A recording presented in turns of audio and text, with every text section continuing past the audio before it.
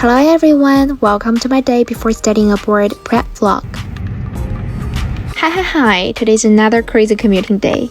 I'm going to work as usual during the day, but right after I get off, I have to rush to the airport. I'm heading to Beijing again, but this time is for my US visa appointment. Since I woke up super late this morning, I could only throw on some quick makeup. Okay, heading out with my big tote bag. The weather is amazing today. Hangzhou, I love you.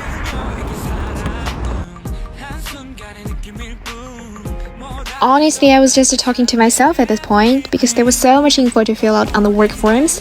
If I just don't mumble my way through it, I'll probably mess something up. Had KFC for lunch today. Honestly, lunchtime always feels like I'm coming back to life. 再打包一份，贵州菜真的很好吃。他们打，尤其是土豆，我天呐，很好吃。对，而且它那个脆柿，真的好爱呀。非常。我们那个胡辣椒是自己家出，它是那种肉腌制的，很脆是吧？ There wasn't much work this afternoon because all of the full-time staff went off for a team building event. Did you think I was talking just now? No, I was actually rapping silently.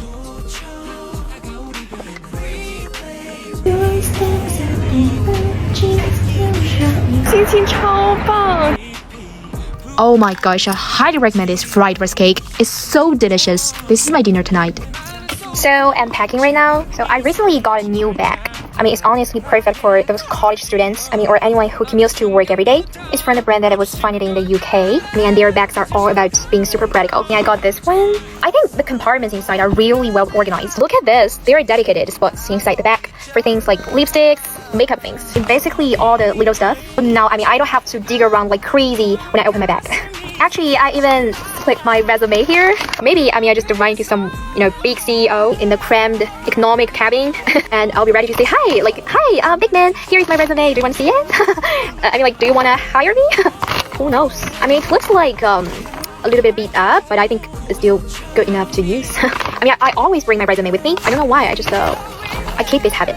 I bring my laptop to work every day, so I really need a bag that can fit in comfortable. This are documents that I need for my US visa appointment, or just to put these important documents in the bag. Since it's better to dress more like a student for student visa interview, and Beijing isn't as hot as Hangzhou, I kept it super simple with a white sweater and jeans.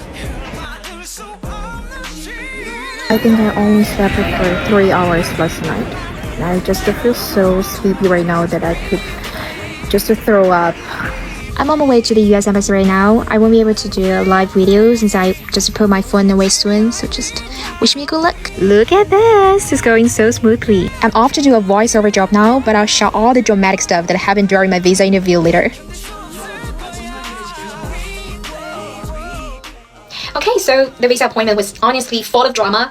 First of all, after waiting in a super long line, I finally got into the embassy and made it to the first window on the first floor. And then the staff just told me that my photo wasn't acceptable. So yeah, I had to use the same photo from my 2023 visa application.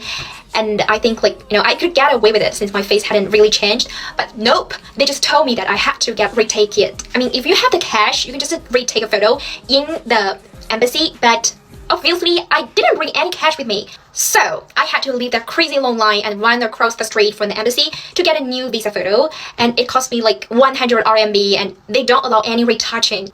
After security, I just had to queue again inside. So here is a friendly reminder for anyone planning to get a US visa. Just to make sure you bring a photo taken within the last 6 months. Don't try to win it like I did. Seriously, just follow the rules and just to save yourself the headache.